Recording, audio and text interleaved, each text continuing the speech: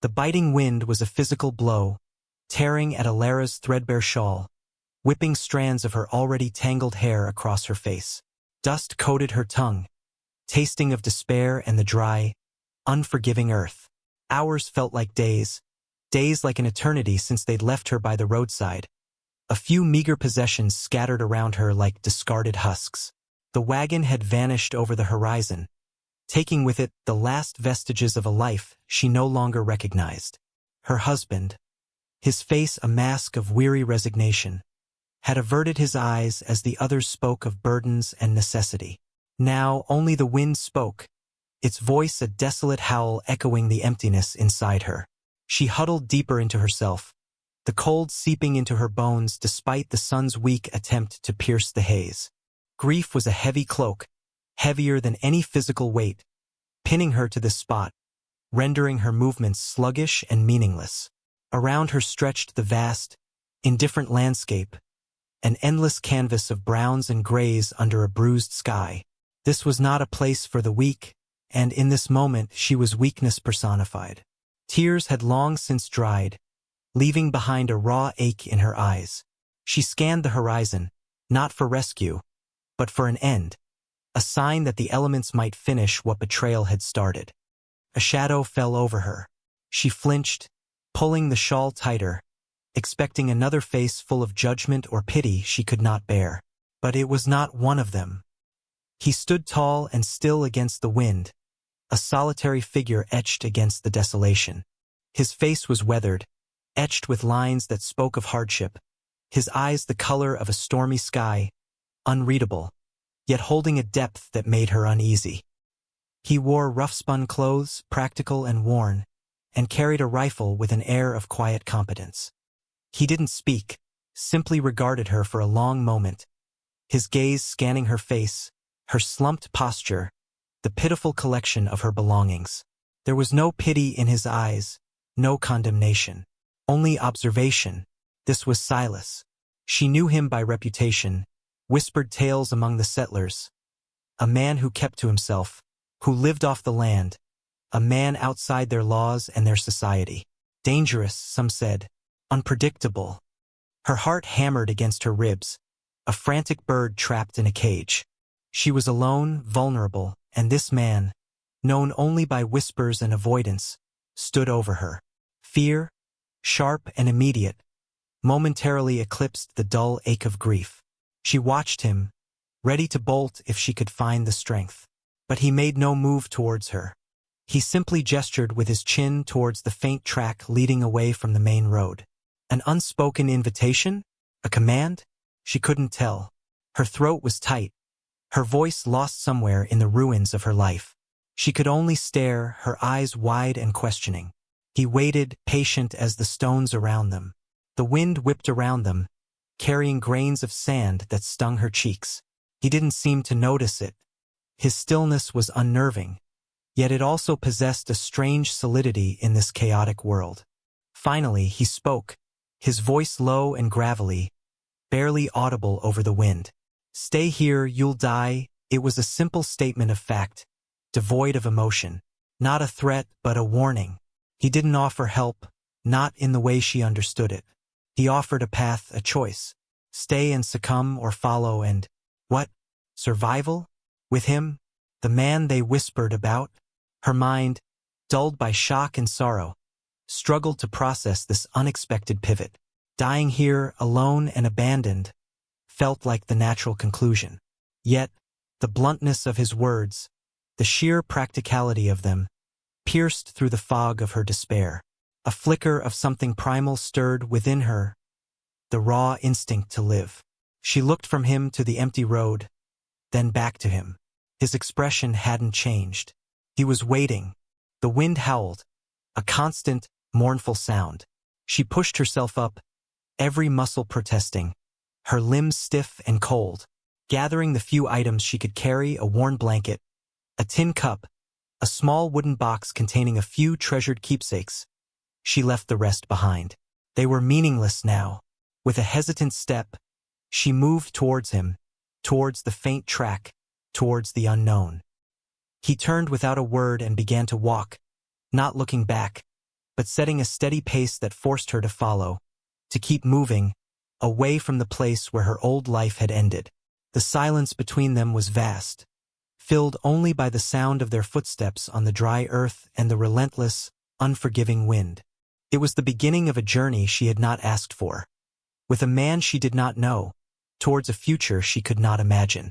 But for the first time in days, she was moving, and the simple act of motion felt like a defiance of the death that had seemed so certain. They walked until the sun dipped below the horizon, painting the sky in bruised shades of purple and orange, casting long, distorted shadows. Alara's legs ached, her lungs burned, and her head pounded with exhaustion. Silas finally stopped near a cluster of large rocks that offered some protection from the wind. He knelt, efficiently gathering dry brush and twigs. Soon, a small fire flickered to life, casting a circle of warmth and light in the encroaching darkness. It was the first comfort she had felt in what felt like an eternity. He didn't offer her a place by the fire, but simply built it, leaving the space open. She sank to the ground near the edge of the warmth, wrapping the thin blanket around herself. He then produced a small cooking pot, some dried meat, and a handful of beans from his pack. The aroma as it cooked over the fire was intoxicating, a stark contrast to the hunger that gnawed at her stomach. He cooked in silence, his movements economical and practiced. He didn't offer her the pot, but when the food was ready, he simply pushed it closer to her with a stick. It wasn't charity. It felt more like a shared necessity, a practical division of resources. She ate slowly, savoring every bite, the warmth spreading through her body. He ate his own portion, his gaze occasionally sweeping the darkness beyond the firelight, ever watchful. He still hadn't asked her name, hadn't asked why she was left by the road. The silence stretched between them, thick and heavy, yet no longer purely hostile. It was a neutral space, filled with the crackle of the fire and the distant sounds of the night. She risked a glance at him. In the firelight, his features were softer, the lines around his eyes less harsh. He caught her gaze briefly, and for a fleeting second, she thought she saw something akin to weary understanding there before he looked away. She finished eating, feeling a sliver of strength return. She wanted to thank him, but the words felt inadequate, lost in the magnitude of what he had done. Offered her a chance, however bleak, when others had offered nothing but abandonment. He cleaned the pot with sand, then banked the fire. He lay down some distance away, wrapped in his own heavier blanket, his rifle within easy reach. Alara lay curled by the dying embers, the unfamiliar sounds of the wilderness pressing in on her. Fear was still a companion, but the gnawing despair had lessened, replaced by a fragile awareness of the present moment, the warmth of the fire, the quiet presence of the stranger, the simple fact that she was alive. She watched the stars emerge in the vast, dark sky, brighter than she had ever seen them, countless points of light in the immensity. Her thoughts drifted back to her lost life, the home she had left behind, the future that had been stolen. The grief was still there, a dull, constant ache, but for the first time it didn't feel entirely insurmountable. The stranger's silent offer of survival had anchored her, however tentatively, to the here and now. She closed her eyes, the image of his stoic profile against the firelight imprinted on her mind. She didn't trust him, not fully, but she knew, with a certainty that went beyond words, that she needed him to survive. And for now that was enough. The night was long, filled with the sounds of the wind and the wild, but she slept, a fitful, wary sleep, but sleep nonetheless. She woke before dawn, the fire reduced to glowing coals. Silas was already awake, sitting upright, watching the fading darkness. He rose silently and began preparing to leave. The pattern of their days became a rhythm dictated by the sun and the land. They walked from dawn till dusk, finding meager shelter at night. Silas hunted small game, setting snares with practiced ease. He showed her how to gather edible roots and berries, pointing them out with brief, clipped instructions. He didn't teach her in a gentle way, but in a necessary, survival-focused manner. Eat this, don't eat that. Waters here, his lessons were practical, immediate, and vital. Alara, fueled by the desperate need to live, absorbed them like a sponge. She learned to distinguish the safe from the dangerous, the necessary from the useless. She learned to move quietly, to conserve her strength, to watch the sky for signs of changing weather. The physical demands were grueling, but they served as a distraction, a way to occupy her mind and body when grief threatened to overwhelm her. The landscape, initially a symbol of her abandonment, slowly began to reveal its secrets, its harsh beauty, its subtle signs of life hidden beneath the surface. She saw how Silas read the land, how he understood its language in a way that felt almost mystical. They spoke little. Their communication was primarily nonverbal, a shared glance towards a water source, a pointed finger indicating a direction, a nod of acknowledgement. He learned her pace, adjusting his own slightly so she could keep up. He never offered to carry her pack, but sometimes, when the terrain was particularly difficult, he would walk beside her, his presence a quiet support. She, in turn, learned to anticipate his needs, offering him water before he asked, or silently helping him gather firewood. A fragile, unspoken partnership began to form, born not of affection, but of shared necessity and the brutal reality of their existence. One evening, huddled by the fire, a storm rolled in quickly, the wind whipping up dust and tearing at their makeshift shelter. Thunder rumbled in the distance, and lightning briefly illuminated the turbulent sky. Alara, already on edge, flinched with each crack of thunder. She had always feared storms. Without a word, Silas moved closer, positioning himself between her and the worst of the wind and rain that began to fall. He didn't touch her, didn't offer comfort, but his body was a solid barrier against the elements. His presence, silent and steady, was more reassuring than any words could have been. She watched him, the rain plastering his hair to his forehead, his eyes fixed on the storm raging around them. There was no fear in his gaze, only quiet acceptance and resilience. In that moment, the image of the dangerous outsider faded, replaced by the reality of the man shielding her from the storm. She felt a shift within her, a loosening of the icy grip of fear and loneliness. She was not alone. This stranger, who owed her nothing, was offering her protection. It was a small thing, perhaps, but in the vast, indifferent wilderness it felt monumental. She found her voice, soft and hesitant. "Thank you." He didn't look at her, his focus still on the storm, but he gave a slight, almost imperceptible nod. It was the most communication they had exchanged in days, and it felt significant. The storm raged, but wrapped in her blanket, sheltered by his silent presence, Alara felt a tentative sense of safety bloom within her. Survival was no longer a burden to be endured alone. It was a struggle they were sharing. As the days bled into weeks, their journey brought them to a small, isolated valley nestled between rugged hills. It was a hidden place, sheltered from the harsh winds that swept the plains. Silas stopped, surveying the valley with a look that suggested familiarity. "We stay here," he said, his voice still low, but holding a hint of something she couldn't decipher. "Stay?" The word hung in the air, implying a longer duration than mere passage. It meant building something more permanent than temporary shelters. It meant a life. The idea was both terrifying and exhilarating. Could she, broken and grieving, build a life here, in this hidden valley, with a man she barely knew? He immediately began to work, his movements purposeful. He found a suitable spot near a small stream and began clearing brush and gathering stones.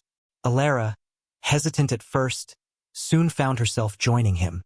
She was still weak, her hands not used to the labor, but the act of building, of creating something tangible, felt like a counterpoint to the destruction she had experienced.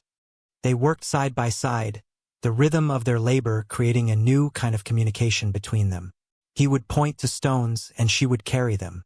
He would clear land, and she would gather the cleared brush. Slowly, painstakingly, the foundations of a small cabin began to take shape. There were no blueprints, no spoken plans, just the steady, shared effort of two people building a shelter against the world.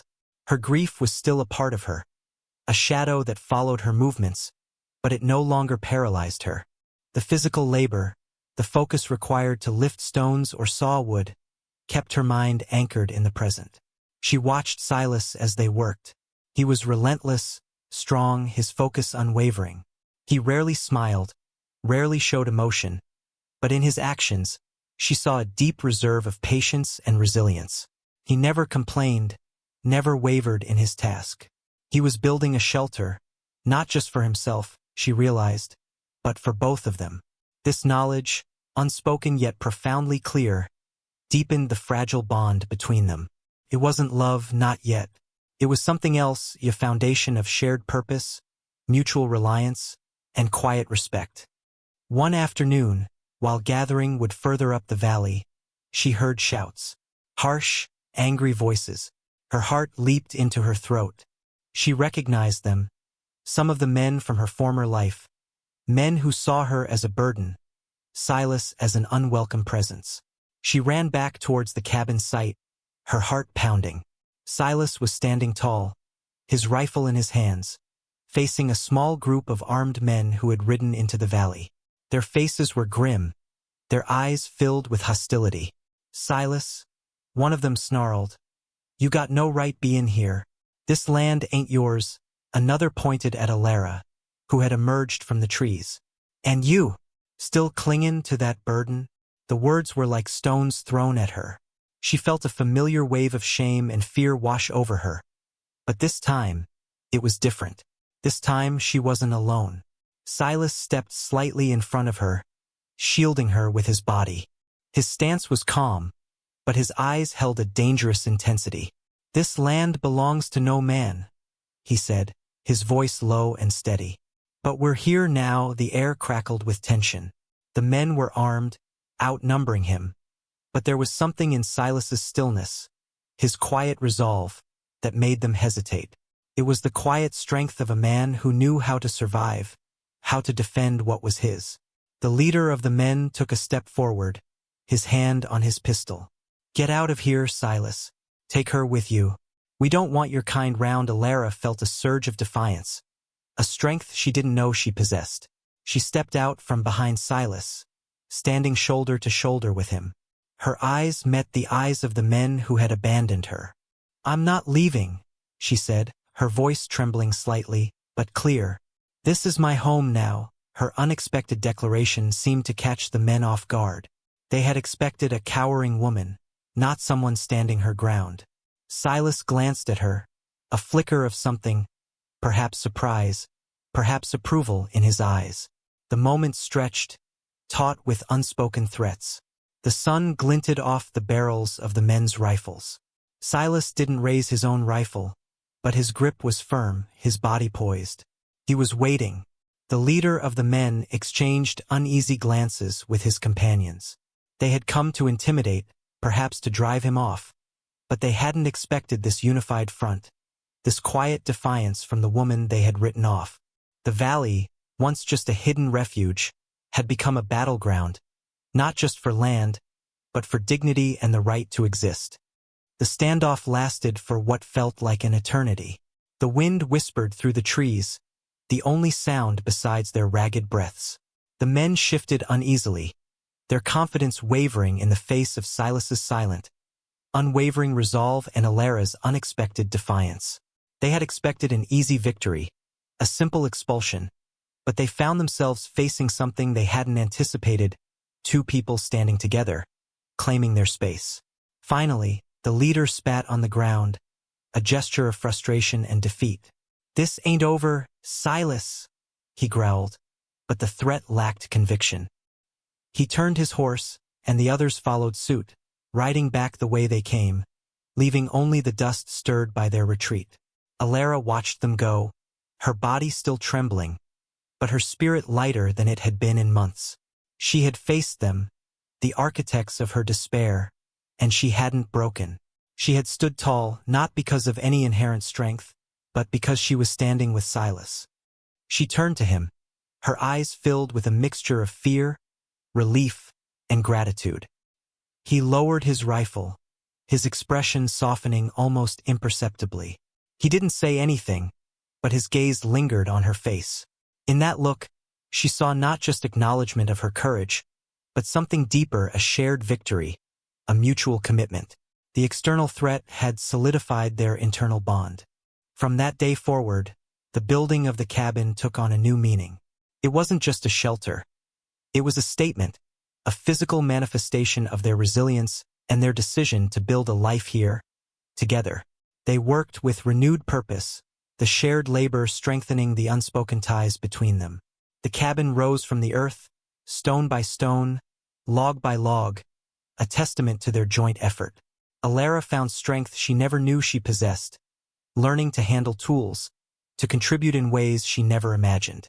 Silas, in turn, opened up in subtle ways, sharing small stories about the land, pointing out constellations in the night sky. The silence between them remained, but it was no longer empty. It was filled with shared glances, quiet companionship, and a growing sense of belonging.